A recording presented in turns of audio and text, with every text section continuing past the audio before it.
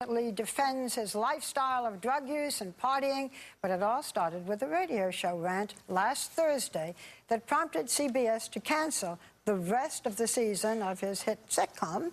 And we just want to show you a little bit of the clip, and then you'll meet the man he was talking to. Take a look.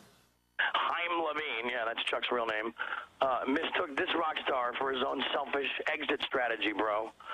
Check it, Alex. I embarrassed him in front of his children and the world by healing at a pace that his unevolved mind cannot process. Okay, last I checked, Haim, I've spent, I think, close to the last decade, I don't know, effortlessly and magically converting your tin cans into pure gold. Well, joining now is the radio show host and close friend of Charlie Sheen, the man he was talking to, Alex Jones. Welcome. Thanks for having me. If I could just say one thing, I've known Charlie for about 6.5 years. He's never drunk alcohol, used drugs in front of me. He's been completely clean for almost a decade until about 7 months ago.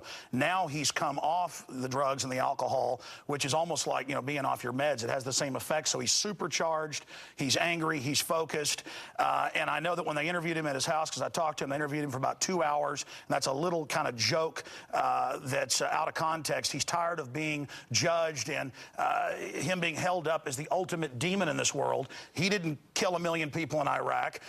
He wasn't involved with the takedown of Building 7 here in New York. And he thinks there's bigger devils out there than himself. And Chuck Lorre's put out a whole bunch of these cue cards while having management tell him a month ago, if you speak out against 4 episodes being cut, we're going to fire you. Then he starts putting out all of these. Chuck Lorre. He starts putting out.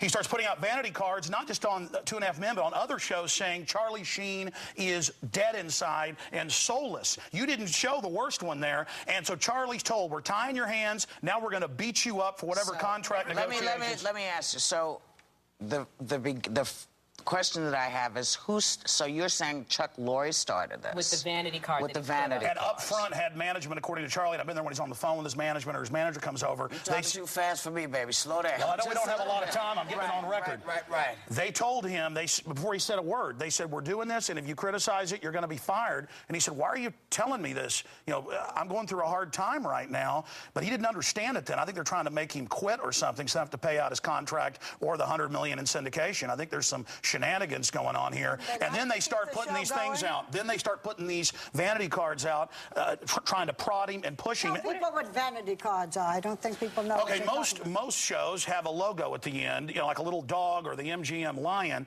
Chuck Lorre has these big write-ups at the end of his show. And imagine at the end of the show with Charlie Sheen and other CBS shows. This is on air. This is on air, saying this man is soulless. This man is dead inside. Let me ask you this. Do you think, because from that clip that we saw, a lot of people would ascertain, okay, or assume that Charlie was on drugs again. You say he wasn't. Do you think he's taking blood tests? Do you think he's... I've been at his house when they come in, take the blood, take the urine. I take your word. I was there 2 weeks ago.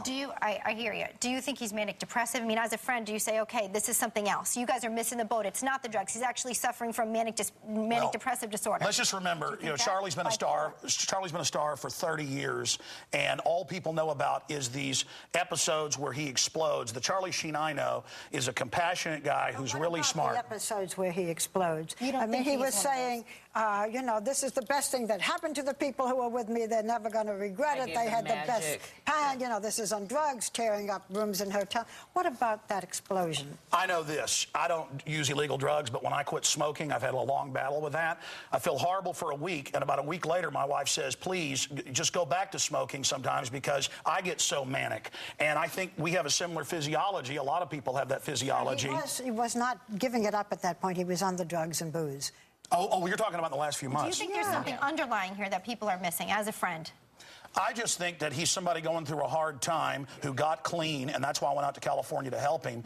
And I know that it's wrong for them to be prodding him, yes, and demonizing him and trying to make him blow up. That's actually what I believe is going on here. They should all just shake hands, bury the hatchet, come together for the crew of 2.5 Men. I want try to support Charlie, but also Chuck Lorre, everybody else, but understand what happened. Okay. Okay. So you're worried about it. But Charlie's tired of being held up like the devil. We got the TSA putting their hand down people's pants. Infowars.com covers it all. We've got the banks bankrupting the U.S. Wait. Let's stick with Charlie, because that's way too much for me, but Charlie is mad because he's held up as all the problems. He didn't steal $23.7 trillion like the Federal Reserve. We're just here to figure out what is happening with Charlie. That's what we're trying to figure out. And he's doing interviews now, so he has a chance to speak for himself. And But they're taken out of context. Look, we're not comparing him to Gaddafi. You haven't seen them. Oh, they've been comparing him to Gaddafi. Look, I was just saying, I don't think I Let's haven't compare heard George Bush, $1 million Iraqis, to Gosh, are we Gaddafi. going to really go there right now? Torture, secret arrest, America's turning into a police state. We're going to go there. We're asking you about your friends. Excuse me. I think we were here to talk about Charlie Sheen. I'm not trying to cut you off. Charlie says you have a right to kill him, but not to judge him, as Colonel Kurtz said. Thank you. You are certainly a wonderful friend. And helping yep, him. boy. Yeah. Thank you. Charlie, stay clean. We love you. And everybody else out there, stay clean. Don't use drugs. Infowars.com. That's a good message. Okay. Infowars.com. All right, when we come back, our series. Chuck Lorre, quit writing those dinosaurs, buddy. We'll be right back, okay? We'll be right back.